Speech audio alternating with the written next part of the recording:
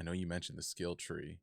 I don't know if that. I know you said you work on the exploration side of things. I don't know how much you work on the skill tree, but if you could maybe break that down for us. I'm a skill guy. I Hmm. love skill trees in games. Getting the attributes and putting them in certain places that make sense. Can we break down a little bit of what Star Atlas's skill tree might look like in the future? Yeah, so I will If we can say, speak on it, yeah, yeah.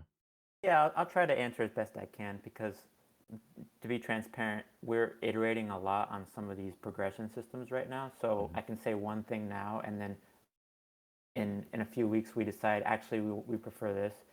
So the past few months this year, we're really honing in on the gameplay loops and the progression systems. Hmm. And in doing so, we've gone through so many iterations of designs at this point. It's like it's almost there's a little bit of whiplash, but Yeah, we're starting to solidify.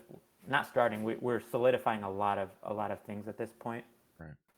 And but yeah, let's talk about progression and skill trees.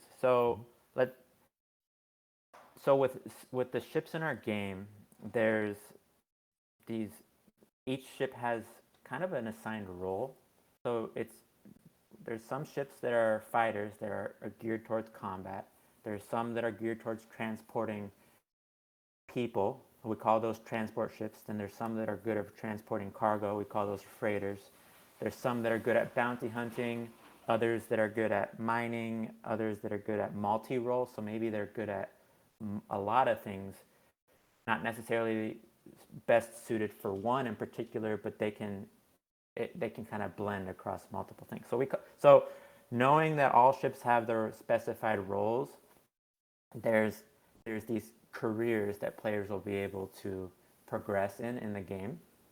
So let's take a very simple one as an example. There's the combat or the fighter career, and Right. as you as you engage in combat and you gain experience, Hmm.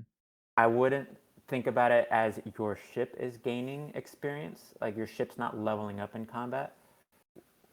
There's two ways that you'll be able to get better at combat. You'll be able to, as you go on your adventures, you get new components and modules or research new technologies and upgrade the pieces on your ships. Say your weapons, you upgrade those and Right. your ships get better at combat, but then also you gain combat experience and you will be able to apply your, I guess, your combat experience towards maybe buffs or assign skill points in skill trees and improve your ability to do certain combat like activities, right? So yeah. Maybe if you apply, and we're still working out on the natures of these skill trees to be Right. transparent. But say you get a skill point and you apply that skill point towards reducing the cooldowns on your weapons, right? That makes sense that you get because you've gotten combat experience, you can apply that experience on certain benefits that will Right. improve your combat ability. So can you, when we're speaking about progression, Mm-hmm. you mentioned putting new parts on your ships. Is it kind of one of those things where once you reach level 10, you have access to these, let's say, you know, simple parts, and then the next one is uh, normal parts, and you know what I mean? Like each level, you gain access to um, stronger weapons or stronger parts for your vehicle that help you in that, whatever role you're playing.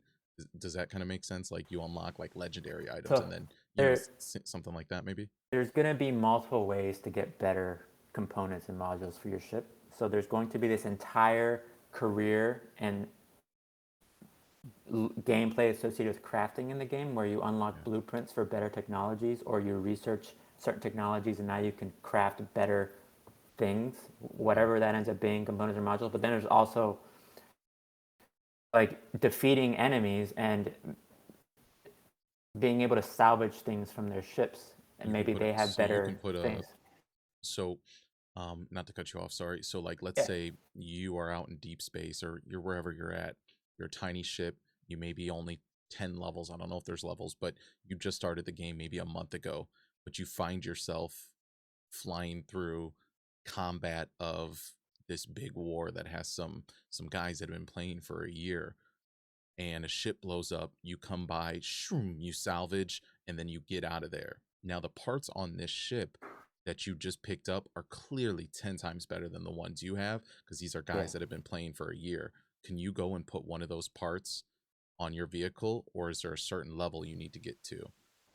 If So any there parts there can will go be on any limits ship. on what you can put on your vehicle. Okay, Like okay. a certain, like you can't put a capital sized warp drive on your extra small True, true. ship, Makes right? sense. You're Yeah, yeah, It's going to be certain sizes associated with your weapon, your ship's slots. yeah. However, if you do find something that's just way better, there, as long as it's, operational. Say you go and salvage that ship and you pull off something that's very valuable, you might have to repair it, and maybe repairing it is complicated in itself, Hmm. and you don't have the level to repair it. That doesn't mean you can't hire another player in the game to repair it for you for a fee. But then there's no reason why you can't put that in your ship now, as long as it, Fits. like a Lego piece, fits. Yeah, as long as you pick up an X5 part, you can put an X5 part on your X5. You know. Yeah, and I don't know if Yeah. parts will be ship specific. Correct. Say it's a thruster or a weapon or a warp drive. The intent is, as long as it's the right size, you Yeah. can put it in. Might just be a small engine. You know. Yeah, exactly. Exactly. Exactly. No, that's So, amazing. Go ahead. so yeah, it's almost, if you think about traditional RPGs, not only are you leveling, but as you level, you get better and better armor pieces. Hmm. So you can think about, like, you're leveling your account, and you're getting better at all sorts of different metrics or aspects of the game, but you're also progressing your ships by giving them better armor pieces, or better, at least using traditional MMO verbiage, Right. but Right. getting better components and modules. So eventually, well, not maybe, like eventually you can get completely legendary components and modules for your tiny ships. Your X4 could be kitted out in all legendary stuff. Right. Even though it's a tiny ship, it can have all legendary components, which is kind of cool. Yeah, that's really cool. Let's say like a guild is hiring a bunch of new people because they're going into a big war, and it's like, look, we have the expenses, we have the parts to do this.